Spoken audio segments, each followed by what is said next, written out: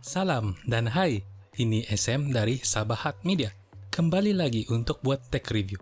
Kali ini kan saya mau review smartphone dari brand Realme atau sub-brand Oppo, yaitu the Realme 6i. Realme paling budget dalam Realme Series 6.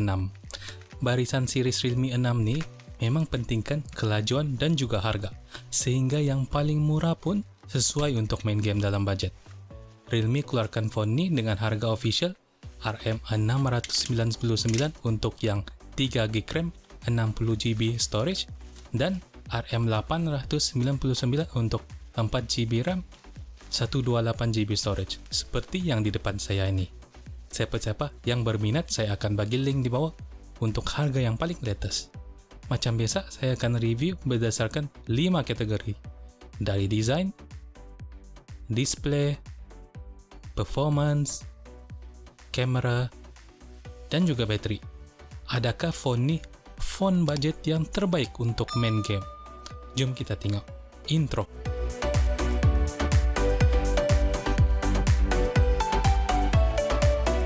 Sebelum kita start review, saya akan buat a quick unboxing dulu.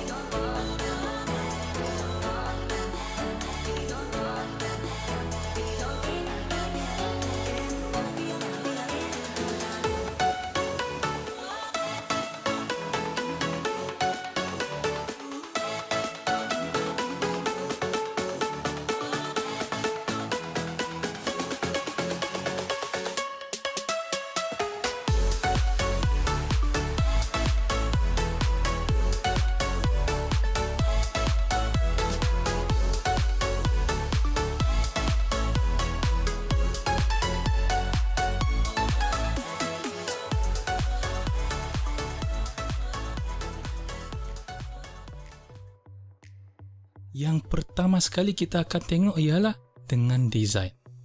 Realme 6i ini bagi pendapat saya memang mempunyai rupa yang cantik. Seperti phone Realme sebelum ni. Kamu ada dua pilihan warna untuk model ini.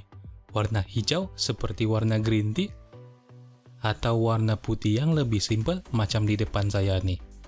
Dua-dua warna guna desain yang cool dengan efek cahaya seolah-olah ada lampu laser yang paralel ke bawah.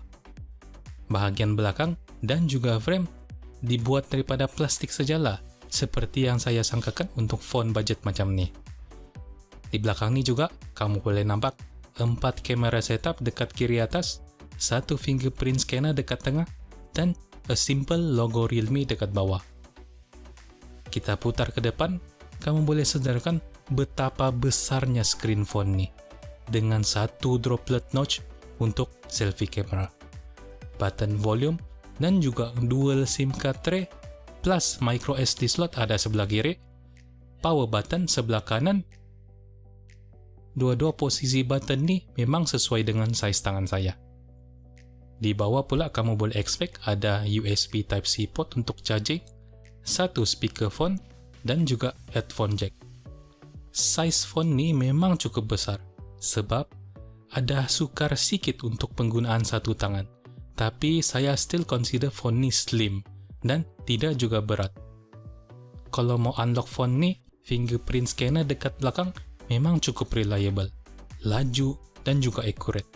Kamu ada juga lah pilihan untuk guna face unlock yang cukup laju juga, tapi kurang selamat.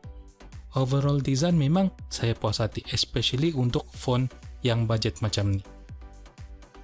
Seterusnya kita akan tengok display lagi. Display Realme 6i ini memang besar dengan bersaiz 6.5 inci.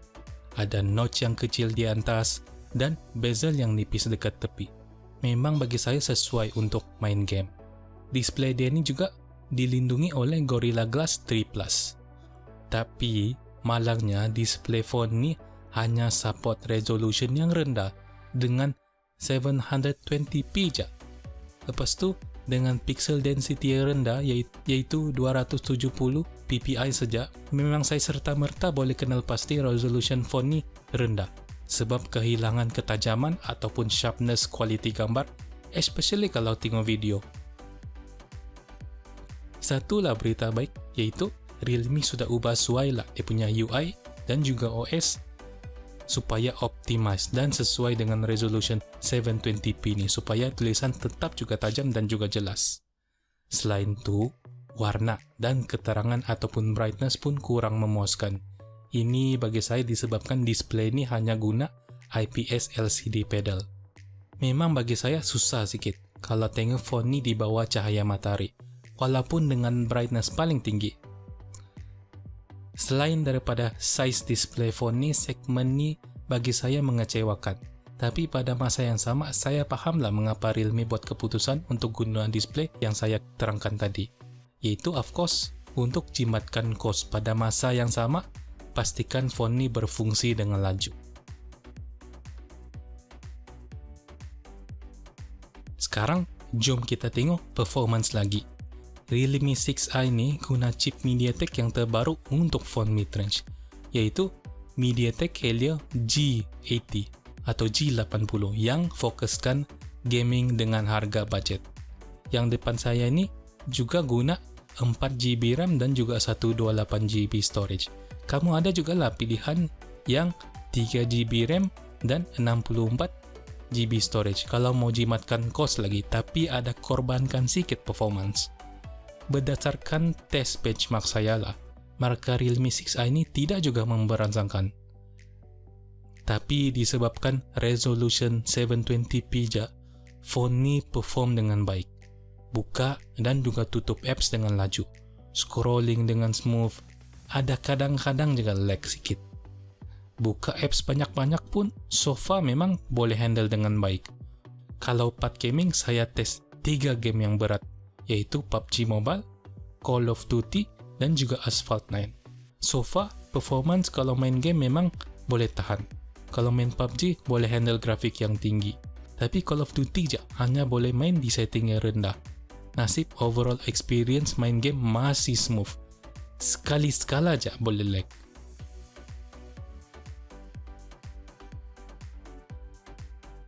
Realme juga guna OS sendiri, yaitu Color OS di samping Android 10 yang terbaru. UI Realme nampak simple dan juga clean macam vanilla Android. App Drawer pun ada.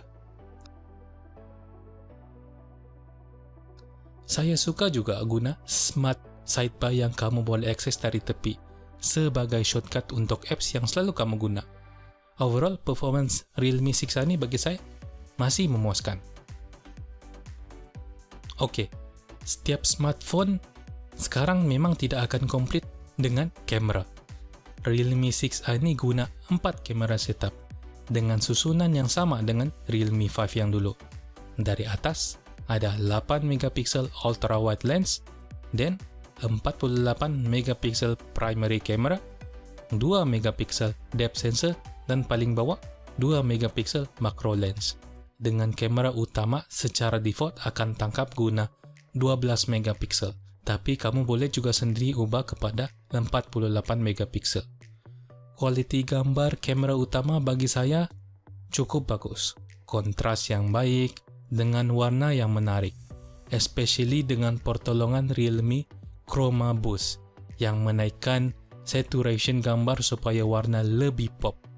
Detail gambar pun cukup jelas, tapi bukan yang terbaik bagi saya. Kalau mau gambar zoom, saya tidak rekomen. Memang phone ini boleh tangkap gambar sampai 5 kali zoom, tapi itu hanya digital zoom. Sebab tidak ada telephoto lens, so kualiti gambar memang jadi teruk. Gambar ultra wide pun boleh tahan juga. Kontras dan warna yang cukup bagus juga, walaupun detail ada menjadi kurang. Portrait mode pun saya puas hati. Perbezaan antara background dan juga subjek depan boleh nampak dengan jelas. Dengan macro lens, kamu mesti betul-betul 4 cm daripada objek untuk dapat gambar yang detail dan cantik.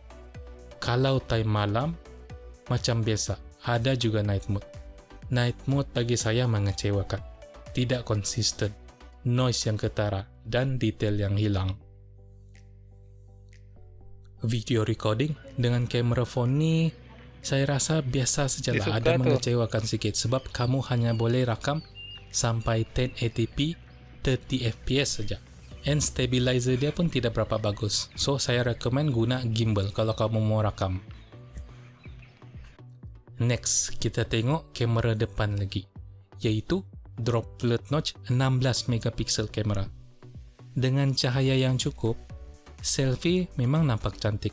Warna dan kontras tidak jauh juga dengan rupa sebenar. Selfie portrait mode biasa sajalah. Still perlu improve bagi pendapat saya. Overall, kamera untuk phone yang budget macam ni actually boleh tahan. Yang terakhir, tapi penting juga ialah bateri. Dengan phone yang sebesar ni, bateri pun besar, yaitu size dia 5000 mAh bateri. Dengan penggunaan harian saya yang biasa, phone ni dengan senang boleh tahan 2 hari. Disebabkan resolution yang rendah, tambahan lagi guna chip yang jimat power. Dalam box dia juga kamu dapat juga sekali 18 watt charging plug.